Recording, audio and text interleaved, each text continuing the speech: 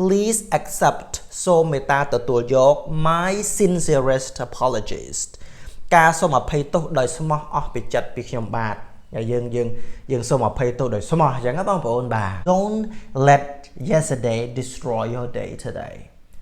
start accept it and start to change your life to improve the quality of your life if you want to change the world ប្រសិនបើអ្នកចង់ change ផ្លាស់ប្ដូរ the world ពិភពលោក change yourself first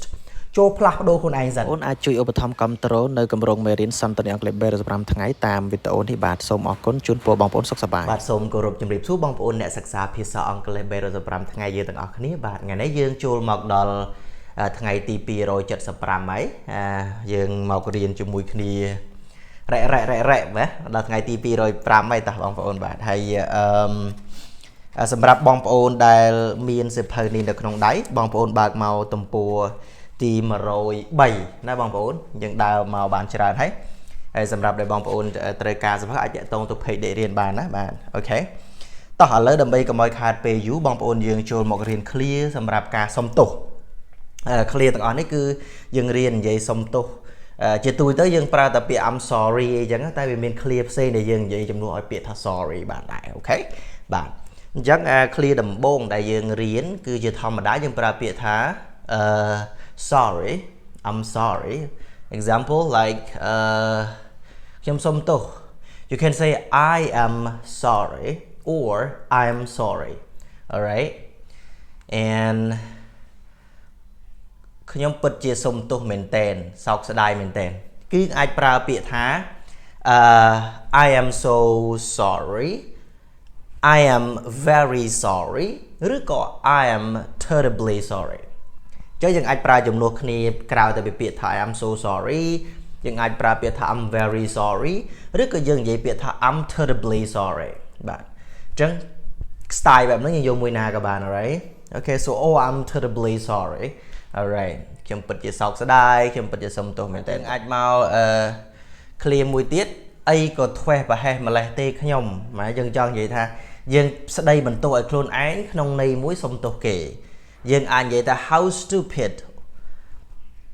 careless and thoughtless of me អញ្ចឹងយើងអាចប្រើខ្ទង់ន័យថា how stupid of me ខ្ញុំអីក៏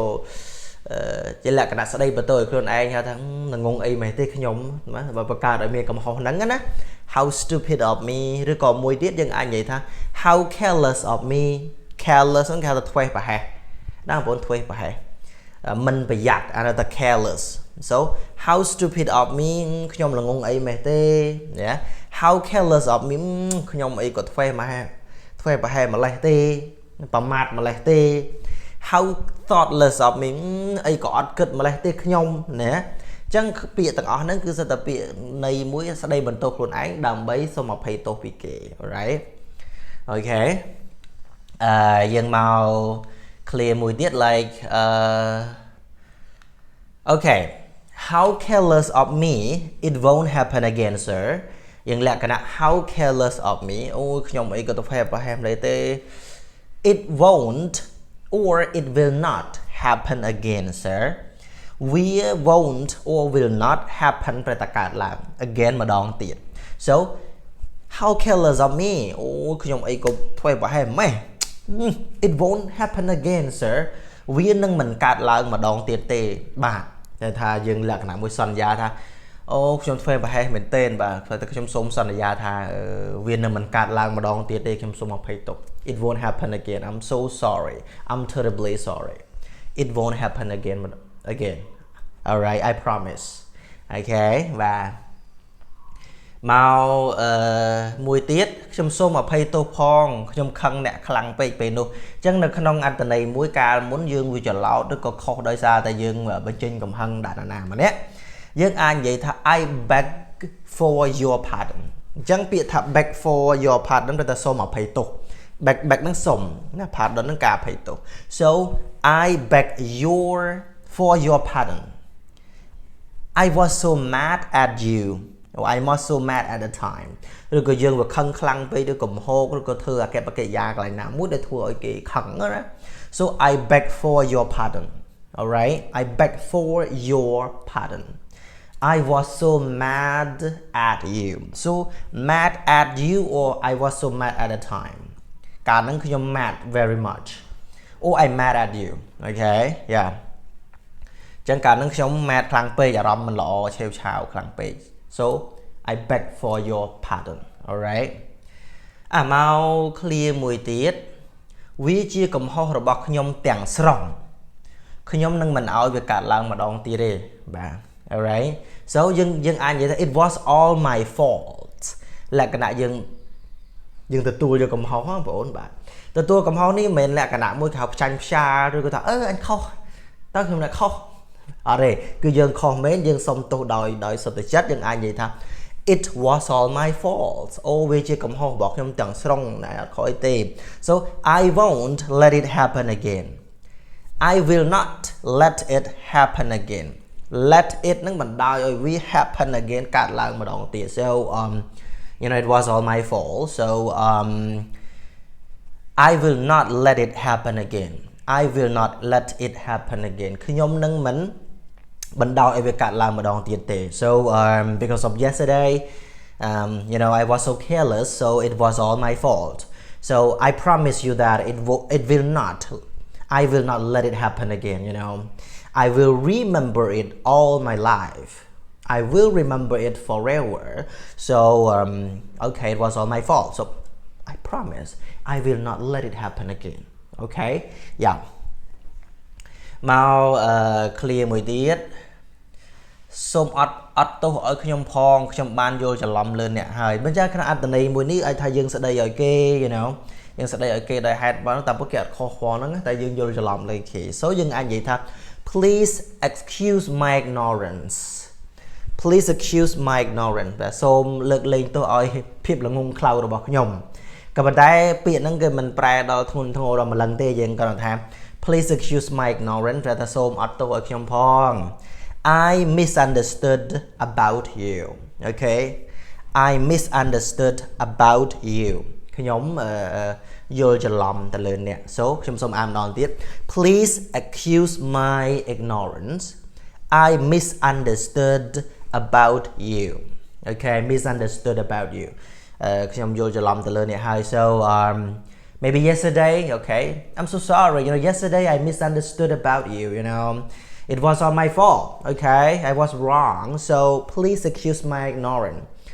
I misunderstood about you all right yeah and one more សូមកុំខឹងខ្ញុំអីណាខ្ញុំមិនមានអំណងធ្វើដូច្នោះទេអញ្ចឹងអានេះគឺជាកំហុសមួយដែលណាម្នាក់ដែលគាត់ខឹងយើងហើយយើងទៅសុំទោសថាវាខ្ញុំអត់មានចេតនាធ្វើអញ្ចឹងទេ alright for example please don't be mad at me I didn't mean to do so អញ្ចឹងពាក្យថា mad at នរណាម្នាក់ស្មើពាក្យ very angry with somebody ខឹងនរណាម្នាក់ so please don't be mad at me I didn't mean to do so alright sometimes we you know we made a mistake by accident we didn't mean to do so but it happened to somebody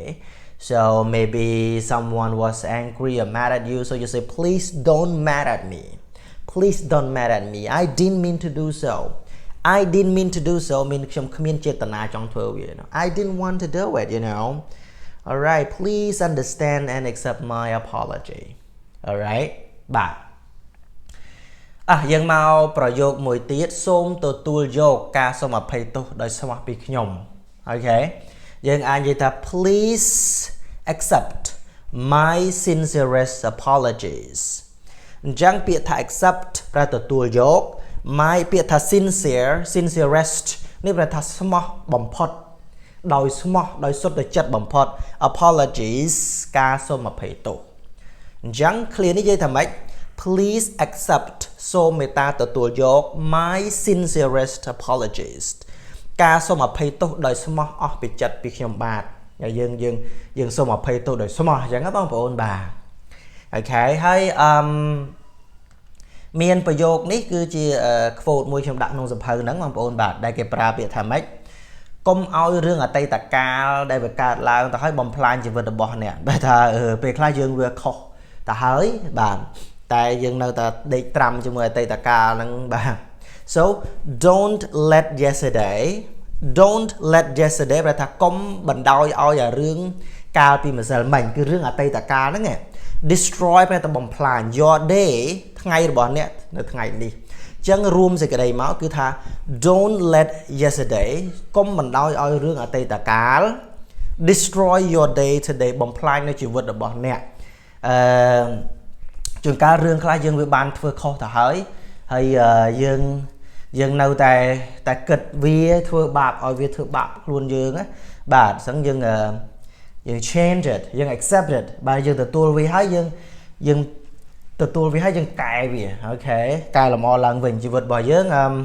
ná có cái thọp kho đài right tại chúng nó đã sầm khánh cứ tha dương prom cài rồi on tập bên ngày so don't let yesterday destroy your day today start accept it and start to change your life to improve the quality of your life alright bà nơi clear mùi tiết bà nè trong plak đô bị phục lốt plak đô luôn anh muốn dần alright okay if you want to change the world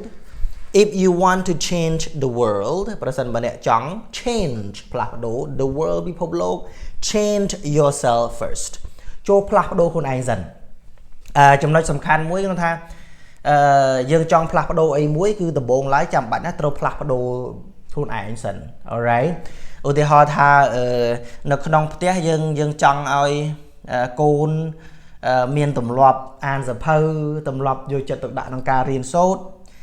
ưu tiên họ tha côn từ riêng là dương bay chưa cho tụ sập cho ấy lên game lên ấy đó ở trong ơi côn giờ văng xa khu rồi có trong ơi côn thưa rừng ấy ở giáo dưỡng bay chỉ thưa nó một quạt vinh rồi họ trắng không phải ôn bạc còn oi côn không an giờ phơi dưỡng bay chỉ cho tua sập mơ rương phía thay ấy na bao giờ lên tiktok tới nó một côn nó gì trắng á hay đập về côn con ô tô không phải ôn bạc tụi bây giờ con riêng cô rom bảo con ai thập từ tam dương đại khởi dương tới việc yeah so if you want to change the world but trong ai về phục lộn đi plak đô sọt á change yourself và dương trâu từ riêng plak đô luôn dương dần cái tập thưa phim chưa cầm ru đó bị phục lộn dần chẳng bà chăm vậy đó bị phục lộn là vâng là vui say tệ dương start from cruza bảo dương cứ chập đam bị cruza bảo dương mạo ưu tiên họ tha dương trong ai côn cho chặt an sự phứ dương trâu tay rô sự phứ na lõ an được luôn anh dần okay vìรู้มั้ยยัง give good example บดจะเพียบจะกำรูละโกนซะนะ so if you want to change the world if you want your children to like reading book ចង់ឲ្យកូនចូលចិត្តអានសៀវភៅ change yourself ផ្លាស់ប្ដូរខ្លួនឯង to read the book ហើយចាប់ផ្ដើមអានសៀវភៅវិញ alright អូខេកូនណាកុំសូវកាន់ទូរស័ព្ទពេកបើខ្លួនយើងថ្ងៃតនេចោចទៅទូរស័ព្ទមកគូនឹងលេងទៅ TikTok អីណាហ្នឹងក៏វាជារឿងមួយដែលពិបាកផ្លាស់ប្ដូរដែរ right Okay, so that's all for today and ក្រោយពីបរិញ្ញាខ្ញុំក៏ត្រឡប់ចូលមកជីមហាត់ប្រាណឡើងវិញហើយបងប្អូនដោយសារឈឺច្រើនពេកមករយៈពេលចុងក្រោយនេះឈឺច្រើនគ្រុនធ្វើការងារច្រើនហើយលះបង់ការហាត់ប្រាណអត់អីឥឡូវត្រឡប់មកចូលមកហាត់ប្រាណដើម្បីយកសុខភាពរឹងមាំឡើងវិញហើយនិយាយរួមផ្ដល់ឱកាសឲ្យខ្លួនឯងបាន enjoy life ខ្លះកុំឲ្យ work ច្រើនពេកណាបងប្អូនបាទការណាធ្វើការច្រើនផ្លិចញ៉ាំផ្លិចអីរហូតដល់ពេលខ្លះហ្នឹងគឺថាគេមិនគ្រប់ទេផ្លាស់ប្ដូរការរស់នៅឡើងវិញបាទហើយនេះគឺជាសកម្មភាពខ្លះដែលខ្ញុំមកមើលកន្លែងបោះពុំសភៅណាបងប្អូននេះបាទសភៅ clear សន្តានាពិសេសដែលបងប្អូនពងរៀនហ្នឹងខ្ញុំបោះពុំចេញហ្នឹងគឺថាមកមើលកន្លែងរោងពុំគេបោះពុំបដាហើយទោះបីជាវាមិនជាសភៅមួយដ៏ល្អឥតខ្ចោះក៏វាបានជាប្រយោជន៍clear ល្អច្រើនសម្រាប់អ្នកដែលក៏អត់សូវប៉ាកែណាអាចរៀនបានមួយជាមួយគ្នាវាជាស្នាដៃជាមេរៀនដែលខ្ញុំរៀនមកសំតាំងពីមកណាបាទហើយក៏យកមកចងក្រងជាសភៅខ្លះហើយនឹងធ្វើសភៅទី2នៅឆ្នាំក្រោយហើយអញ្ចឹងទៅក៏យកមេរៀននៅក្នុងសភៅល្អនេះ បង្រៀននៅក្នុង YouTube សម្រាប់បងប្អូនដែលអត់មានលទ្ធភាពជាវសភៅខ្ញុំណាបាទឬក៏បងប្អូនមិនបានជាវនៅឆ្ងាយនៅស្រុកគេហ្នឹងក៏អាចមើលបាននៅក្នុង YouTube នេះវាបានជាប្រយោជន៍ច្រើនដែរសម្រាប់បងប្អូនរៀនភាសាខ្មែររៀនអង់គ្លេសអីបែបសบายៗកំសាន្តណាបងប្អូនបាទមើលវាបែបកំសាន្តដោយមិនចាំបាច់ stress អីទេបាទរៀនបែបសบายៗតិចម្ដងហើយនឹងបានចេះណាបងប្អូនហើយខ្ញុំបាទអរគុណណាស់បងប្អូនសម្រាប់ការគ្រប់គ្រងសម្រាប់ការលើកទឹកចិត្តរហូតមកជូនពរបងប្អូនសុខសប្បាយហើយយើងនឹងបន្តដំណើររៀនភាសាអង់គ្លេស3ថ្ងៃជាមួយគ្នាបន្តទៀតណាបាទអរគុណច្រើនជម្រាបលាបាទជួយឧបត្ថម្ភគ្រប់គ្រងនៅគម្រោងមេរៀនសន្តានអង់គ្លេស3ថ្ងៃតាមវីដេអូនេះបាទសូមអរគុណជូនពរបងប្អូនសុខសប្បាយ